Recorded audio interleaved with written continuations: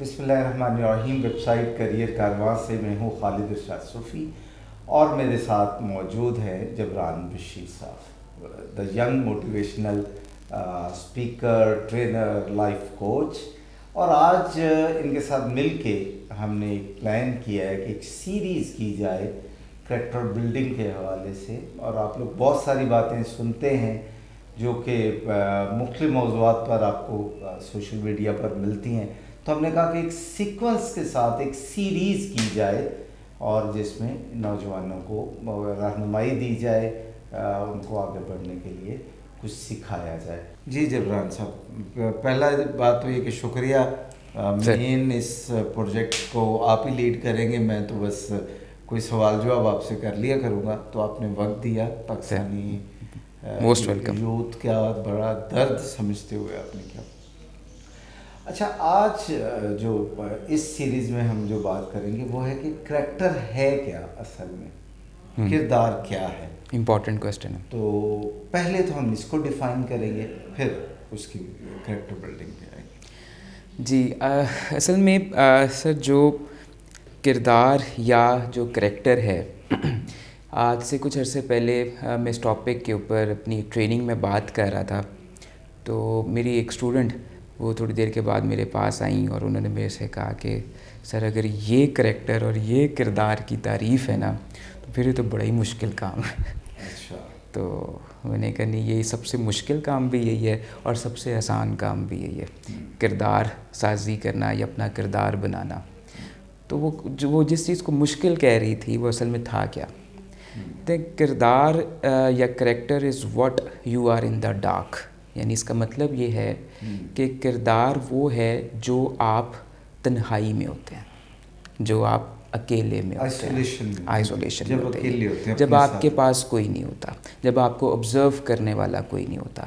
آپ اس وقت جو سوچتے ہیں اور اس وقت جو کرتے ہیں اصل میں وہ آپ کا کردار ہے. اور اگر ہم اس بات کو پھیلا دیں تو یہ اس طرح سے ہے کہ جو کچھ آپ لوگوں کے سامنے کرتے ہیں وہی سب کچھ آپ اکیلے میں بھی کر رہے ہو, اور جو کچھ آپ اکیلے میں کر رہے ہیں وہی آپ لوگوں کے سامنے بھی کر رہے ہو. نہیں تو یہ دوسری بات تو ممکن نہیں ہے. کون سی والی؟ جو کچھ اکیلے میں کرتے ہیں وہی لوگوں. ہاں, یہ جو آپ جو کچھ اکیلے میں کرتے ہیں. آپ کی اسٹوڈنٹ سے بالکل جناب میں تو متفق ہوں کہ انسان ایک کمپلیکس ہے, اور میرا آپ کا مقصد تو وہ جو انسان کے تاریک پہلو ہیں جو اس کے شخصیت کے یا نفسیات کے, ان کو کرٹیسائز کرنا نہیں ہے. لیکن آپ کی اینی وے یہ ایک اوپینین ہے, یا آپ نے اس کو ڈیفائن کیا ہے کہ کریکٹر وہ انفیکٹ جو ہم جب کوئی نہیں ہمیں دیکھ رہا, تنہائی میں ہماری جو تھاٹ ہے, جو سوچ ہے, بھلے وہ امیروں نے کی ہے اور امیر شارٹ کٹ سے انہیں کی ہے یا امیر ان دا رائٹ وے.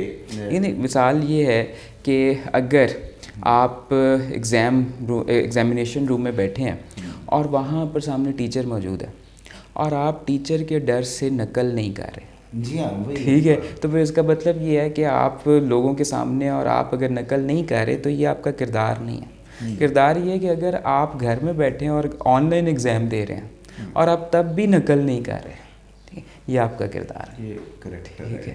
اور پھر اسی طریقے سے اگر آپ یہ کہتے ہیں یار میں جو ہے نا, اگر تم میں نے رشوت دینی ہے تو میں نے ذرا دور آ کر دے دے, ٹھیک ہے, سائڈ پر آ کر ادھر آ کر پیسہ دے دے, تو پھر یہ بھی کردار نہیں ہے. اگر آپ لوگوں کے سامنے رشوت نہیں لینا چاہتے تو پھر آپ اکیلے میں بھی رشوت نہیں لیں گے. یہ کردار ہے. آپ اگر نیکوکار بنتے ہیں, ہاں جی, بڑے کہتے ہیں کہ میں بڑا کریکٹر والا ہوں, لیکن اندر کھاتے آپ کی سوچیں جو ہیں وہ نیک نہیں ہیں, اور یا آپ کی حرکتیں نیک ایگزیکٹلی. تو اگر یہ کانٹرڈکشن آ گئی ہے تو پھر اس کا مطلب یہ ہے کہ یہ کانٹرڈکشن یہ بتا رہا ہے کہ آپ کا جو کردار ہے وہ اسٹرانگ نہیں ہے, وہ سالڈ کردار نہیں ہے. اچھا, آپ کی یہ جو ڈیفینیشن ہے یہ کریکٹر بلڈنگ میں کوئی رکاوٹ نہیں بنے گی آپ کا خیال ہے؟ اصل میں دیکھیں, لوگ اس پہ چونک نہیں جائیں گے کہ اچھا اب ہم تنہائی میں بھی مطلب انسان دے پتر بن کے رہیے, ٹھیک ہو جائے, یا پرسنل لائف میں بھی ٹھیک ہو جائے. اصل میں کردار ہے ہی یہی. اس کو ذرا مزید سمجھتے ہیں کہ کردار جو ہے وہ مورل کوالٹیز کا نام ہے, ٹھیک ہے.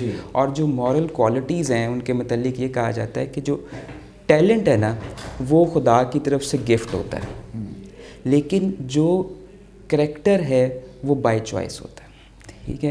ٹیلنٹ کو اللہ تعالیٰ آپ کو عطا کر دیتا ہے گفٹ کی صورت میں، کوئی نہ کوئی اسکل آپ کو دے دیتا ہے، لیکن کریکٹر وہ ہوتا ہے جو انسان نے خود چوز کرنا ہوتا ہے. رائٹ اور رانگ کا جو پاتھ ہے اس میں سے اس نے یہ دیکھنا ہوتا ہے کہ میں نے رائٹ ہی کی طرف جانا ہے، اور جو لوگ رائٹ کو چوز کرتے ہیں وہی ایکچولی کردار والے لوگ ہوتے ہیں. اچھا، لیکن جبران صاحب یہاں یہ بتائیے کہ لیفٹ کی ایک اپنی اٹریکشن ہے، کیونکہ ہم نے اس سیریز کا اصل مقصد تو کریکٹر بلڈنگ ہے، یہ تو ابھی ہم اس کی ڈیفینیشن میں تھے ابھی اب تک کی گفتگو میں، تو وہ تو بڑا ٹف ہے رائٹ پر مائل کرنا خود کو. بالکل ٹھیک ہے نا جی، کہ میں نے شارٹ کٹ نہیں دیکھنا، میں نے پیسہ صحیح طریقے سے کمانا ہے، میں نے ہر کام لائف کے ہر عمل میں لیگلائز رہنا ہے، انسٹیٹیوشنلائز چیزوں کو کر کے چل رہے ہیں. تو how it can be possible? دیکھیے اس کے لیے سب سے زیادہ ضروری یہ ہوتا ہے کہ ایک انسان جو ہے وہ اپنی 2 سے 3 کور ویلیوز جو ہے نا وہ سب سے پہلے ڈیفائن کرے. تو جس انسان کی اخلاقی اقدار نہیں ہوتی، کور ویلیوز یا ایتھیکل ویلیوز نہیں ہوتی، اس کے متعلق ویسے ہی کہا جاتا ہے کہ اس کو چوک میں کھڑا کر کے گولی مار دینی چاہیے، کیونکہ اس کا کوئی نیوکلیس ہی نہیں ہوتا، اس کا کوئی سینٹر ہی نہیں ہوتا، اس کا کوئی مرکز ہی نہیں ہوتا. یعنی آپ کہتے ہیں کہ آپ اگر 1 سے 2 زندگی کے مین مقصد بھی طے کر لیں تو آپ باکردار ہو سکتے ہیں. یعنی اس کا مطلب یہ کہ آپ مقصد کی جگہ پر ہمیں لفظ یوز کرنا چاہیے اقدار کا، ہمیں لفظ یوز کرنا چاہیے ویلیوز کا، کہ ہمیں اپنی پریفرنسز اور اپنی ویلیوز جو ہیں وہ ہمیں 2 سے 3 ایسی ڈیفائن کر لینی چاہیے جس سے ہمیں ہلنا نہیں ہے. یعنی بھی میں حلال ہی رزق حلال بس اگر میں نے میرا فوکس ہے رزق حلال کمانا ہے، اب جو مرضی ہو جائے، یہ میری ویلیو ہے، یہ آپ کی ویلیو ہے، یہ ویلیو ہی آپ کا کردار ڈیولپ کرے گا، یہی آپ کا کردار ڈیولپ کرے گا.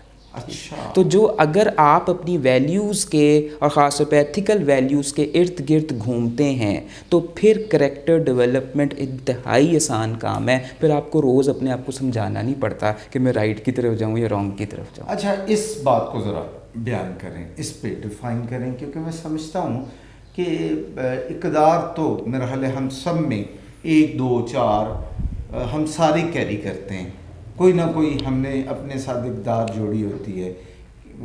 کہیں ہم کمزور ہوتے ہیں تو کہیں مضبوط ہوتے ہیں.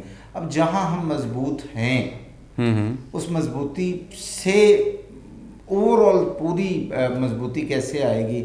یعنی آپ کا جو مقصد ہے کہ نوجوان باکردار ہو جائے، وہ کیسے آئے گا؟ دیکھیے اس میں کریکٹر ڈیولپمنٹ کے لیے اگر کوئی بھی انسان اپنے اندر مینلی 2 ویلیوز، کور ویلیوز ڈیولپ کر لینا اور اس کو اپنے سامنے یہاں رکھ لے، تو اس کا کردار کبھی بھی شیٹرڈ نہیں ہو سکتا، وہ کبھی بھی کمزور کردار کا مالک ہی نہیں ہو سکتا. بس یہ 2 کام کرنے ہیں. کیا بتائیے گا؟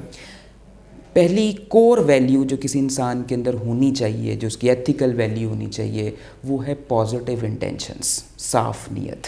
ٹھیک ہے، وہ زندگی میں ہر کام اور ہر شخص کے لیے اپنی نیت پازیٹیو رکھے. یہ کیا ہوتا ہے پازیٹیو نیت سے کیا مراد ہے؟ اس کو سمپل کر دیں تو وہ یہ سوچ لے کہ میں نے کسی کو دھوکہ نہیں دینا، ٹھیک ہے، یہ چیٹ نہیں کرنا ایک. اور دوسری یہ کہ اس نے جو ہے نا وہ کبھی جھوٹ نہیں بولنا. اس کی جو دوسری قدر ہے وہ یہ کہ اس نے ہمیشہ جب بھی بات کرنی ہے سچ پر بات کرنی ہے اور سچ بات کرنی ہے. اسی بات کی جو امپورٹنس ہے میں اس کو ذرا ایلیبوریٹ کرتا ہوں ایک واقعے سے کہ ایک دفعہ پروفٹ صلی اللہ علیہ وسلم وضو فرما رہے تھے. تو جب وضو کر رہے تھے تو پاس کچھ صحابہ کھڑے ہوئے تھے. انہوں نے جو ہے وہ جب وضو ہو رہا تھا پروفٹ صلی اللہ علیہ وسلم کا، تو وہ نیچے سے نا پانی لے کر اپنے پہ مل رہے تھے اور اس پانی کو اکٹھا کر رہے تھے جو صحابی تھے. تو پروفٹ صلی اللہ علیہ وسلم نے پوچھا کہ جو میں وضو کر رہا ہوں اور تم جو میرے سے جو پانی گر رہا ہے وہ تم اکٹھا کر رہے ہو اور اپنے پاس لے رہے ہو، اس کا کیا مطلب ہے، کیوں کر رہے ہو؟ تو اس نے کہا کہ جی ہم اس لیے کہہ رہے ہیں کہ ہمیں اللہ اور اس کے رسول سے جو ہے وہ محبت ہے، ہم اس لیے یہ کام کر رہے ہیں. ٹھیک ہے. تو پروفٹ نے کہا کہ دیکھو یہ پانی اس طرح سے اکٹھا کر کے اور اپنے پہ ملنے سے جو ہے نا اس طرح سے محبت نہیں ظاہر ہوتی. یہ ایک چیز ٹھیک ہے، ایک طریقہ کار ہے محبت ظاہر کرنے کا، لیکن اگر تم یہ چاہتے ہو کہ تم اللہ اور اس کے رسول سے محبت کرو، اور پھر یہ بھی کہ اللہ اور اس کے رسول بھی تم سے محبت کریں. ٹھیک ہے، تو اپنے اندر دو چیزیں پیدا کر لو. اگر تم یہ دو چیزیں پیدا کر لیتے ہو تو اس کا مطلب یہ ہے کہ تم اللہ اور اس کے رسول سے محبت کر رہے ہو، اینڈ دا وائس ورسا کہ اللہ اور اس کے رسول بھی تم سے محبت کر رہا ہوں. صحابہ نے پوچھا جی وہ کیا؟ تو آنسر وہی تھا، ایک کسی کو دھوکہ نہ دو، اور دوسرا ہمیشہ سچ بولو. اب یہی دھوکہ نہ دینا اور ہمیشہ سچ بولنا، اسی کی تلقین پروفٹ صلی اللہ علیہ وسلم نے کی، اور یہی اصل میں انسان کا بیسک کردار ہے. اچھا جبران، اس پہ جو آپ کی انڈرسٹینڈنگ ہے اس فرمان پہ اور اس تلقین اور رسول پہ، ذرا اس کو عملی طور پہ یہ کیسے ہمیں مددگار بنتی ہے ہماری کریکٹر بلڈنگ پہ، ذرا اس کو بھی بیان کریں کہ مثلا ہم نے طے کیا کہ میں نے دھوکہ نہیں دینا، جب میں نے یہ طے کیا تو اس سے میرا کریکٹر کیسے بلند ہوگا؟ اب اس کو ذرا دیکھتے ہیں.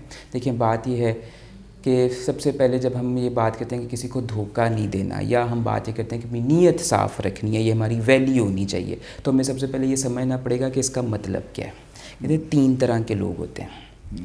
ایک وہ لوگ ہوتے ہیں جو دوسروں کو نقصان دینے کا سبب بنتے ہیں. ٹھیک ہے. ایک وہ لوگ ہوتے ہیں جو نہ ہی دوسروں کو نقصان دیتے ہیں نہ ہی فائدہ دیتے ہیں. ٹھیک ہے. اور پھر ایک وہ لوگ ہوتے ہیں جو دوسروں کو فائدہ دیتے ہیں. ٹھیک ہے.